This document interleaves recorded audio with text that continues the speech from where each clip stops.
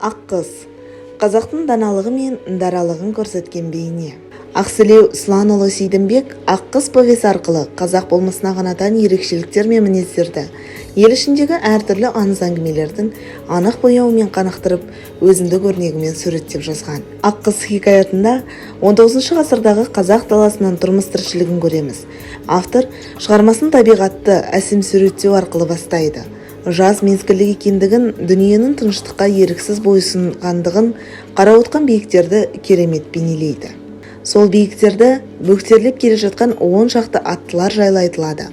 Олардың арасындағы ерекше, көзге бірінші көрінетін Шұбар және оның иесі Наймантай. Шығармадағы ерекше кейіпкер Ақ қыз, Таймас байдың 7 перзентінен қалған жалғыз үкілі үміті.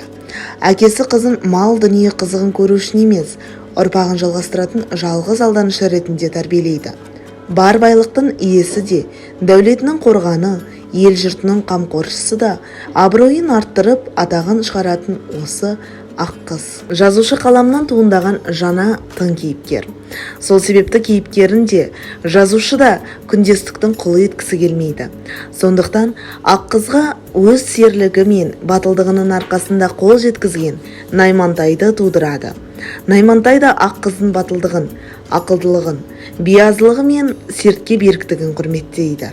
Қорыта келгенде, көркем туындыда жер су атаулары анық суреттеліп, қазақ халқының тұрмысы мен тіршілігі, әдет-ғұрып, салт дәстүрлері, еркіндігі, рухани шынайылығы, ел арасындағы болып жататын тартыс пен дау-дамай шешімдері де дәл суреттелген. Басты кейіпкер Ақ қыз бейнесі арқылы қазақ даласында қыз бала тек қалың малдың құрбаны емес, сонымен бірге ел басқарған даналық пен азамат та болғанын көреміз.